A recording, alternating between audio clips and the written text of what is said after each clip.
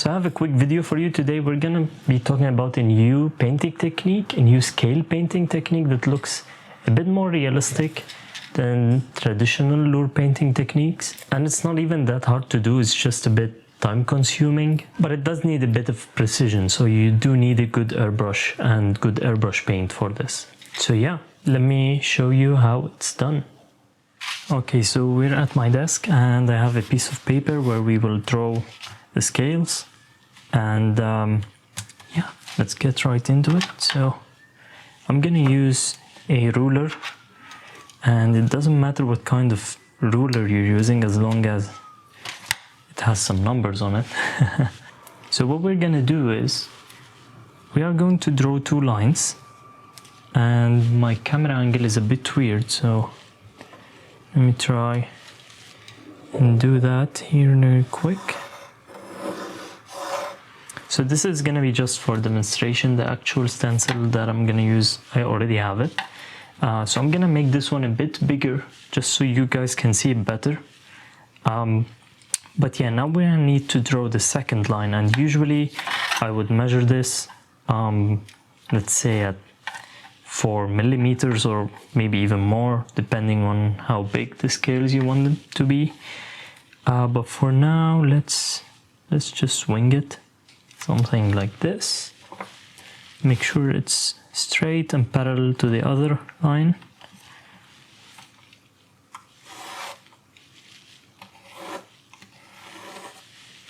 Nice. Cool.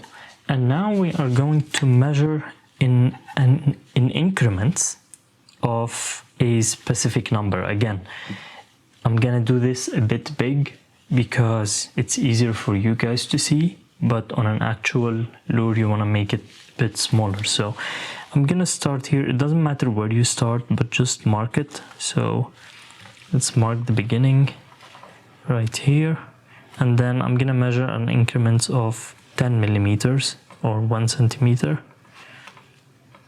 You can use inches, whatever you want, doesn't matter,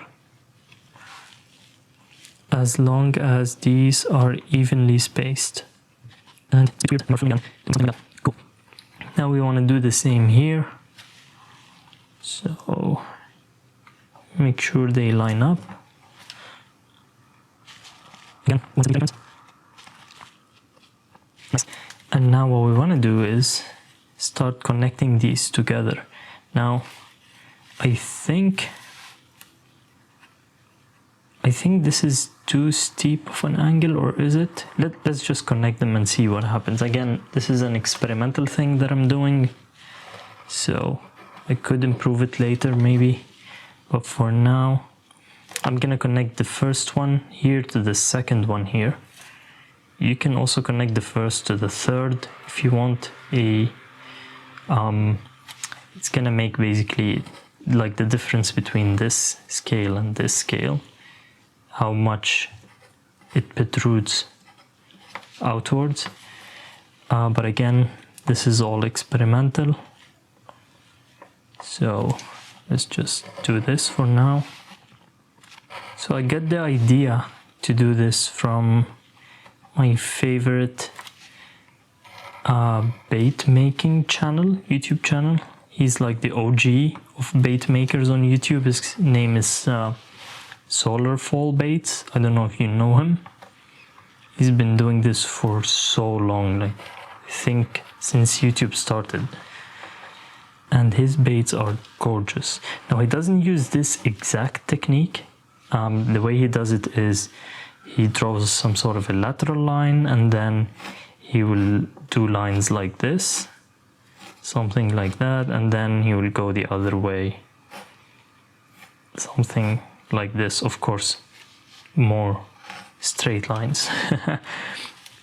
But the concept is the same. You want to create triangles, and this is what we're trying to create. So now we need to go to the other side and do basically the same. I don't know if you guys can see. Now you can see probably something like this.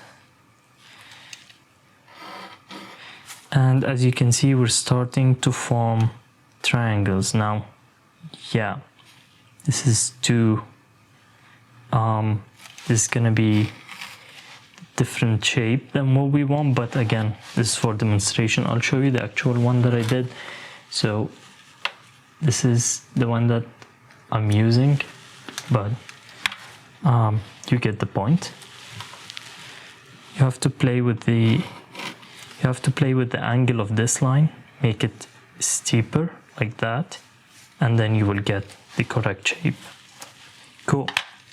So now that we have these triangles, even though they are stretched in the wrong orientation, but anyways, we can start rounding the edges. So basically each one of these triangles is the scale.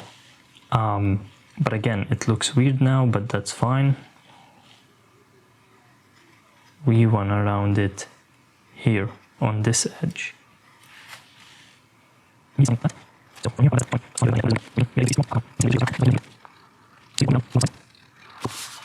So basically this is gonna be our scale, this part right here.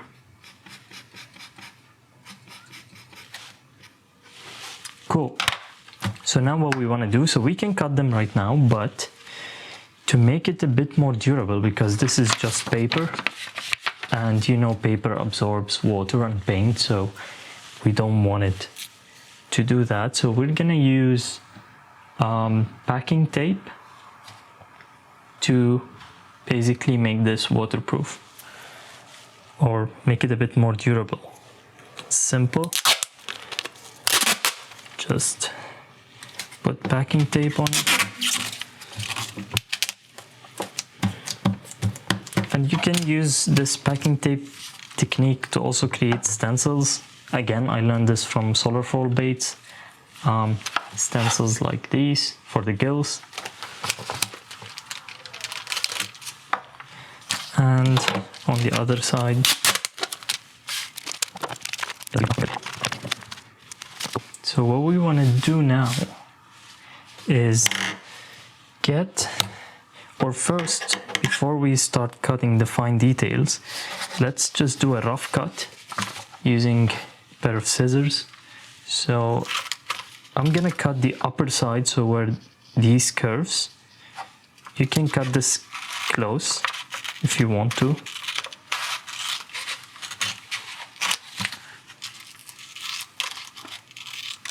Something like that. However, on the back you want to leave some space. Now these are big, so it's fine, but on the small one they're gonna be tiny, so make sure to leave some space on the back. And now we want to cut these rounded corners, and the best way to do that is, if I can find it, is using something like this, or just a utility knife. A small utility knife will also work.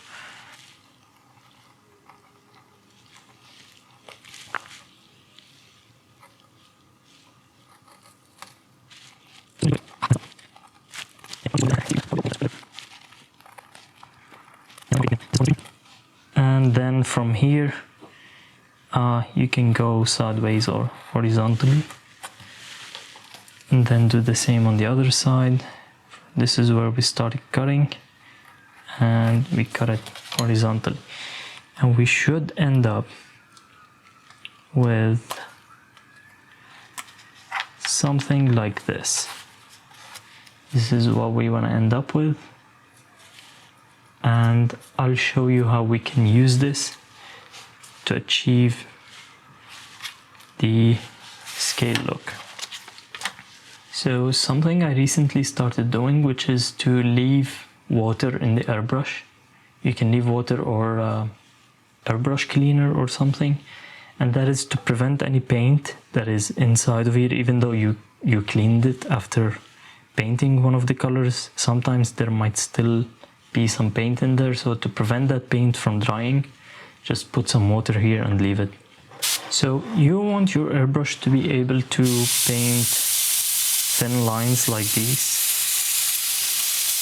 something like that. Now it's not perfect, but yeah, you want a good airbrush. You want it to, as soon as you move your trigger a bit back, it will paint. So if you can do these dots, then you're fine.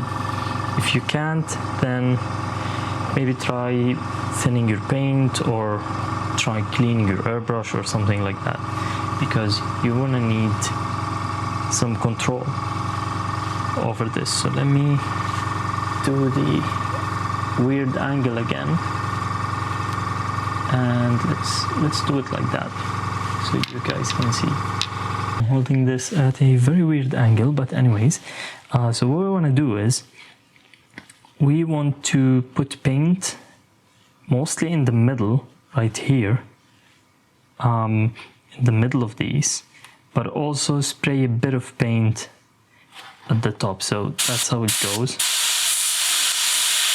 Start by spraying on the stencil itself and come here. Ah, crap. Yeah, you can see that one better.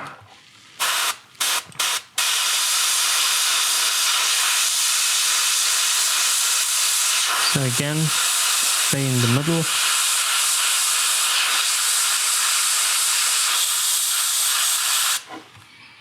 And then move it. So you want to move it so that the center of this one is lined up with the top of this one. And then spray the middle. So for these big scales, I'm a bit further away from them because I want to cover this big area, but when you're doing the tiny scales, you want to be like very close.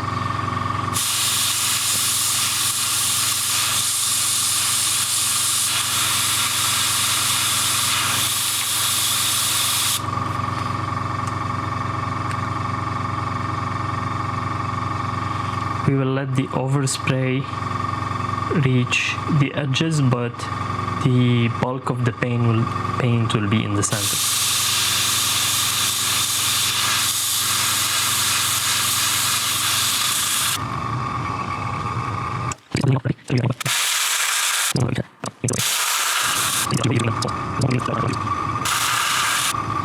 Yeah, there you have it.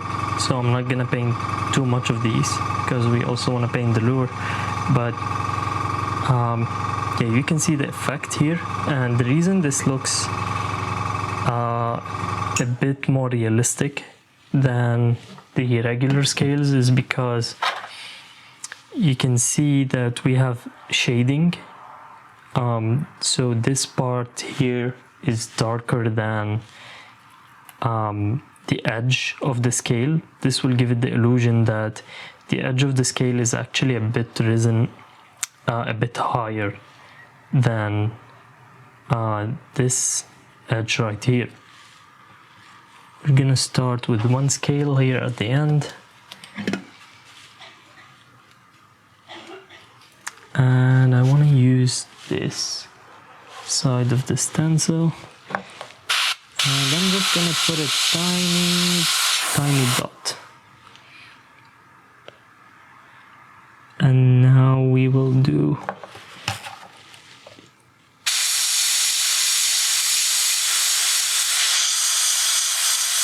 these two. Nice, these came out really well actually.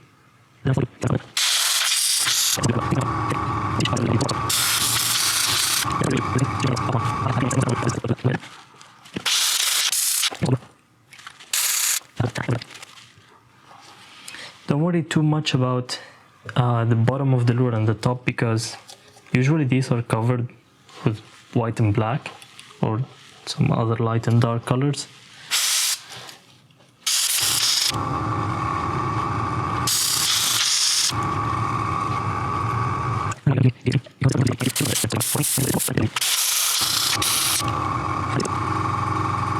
And it's okay if you get one of the scales darker or lighter than the others. I think that this is completely fine, because usually in real fish, not all scales are the same. Some of them are lighter, some of them are darker. So yeah, at least this is what I tell myself.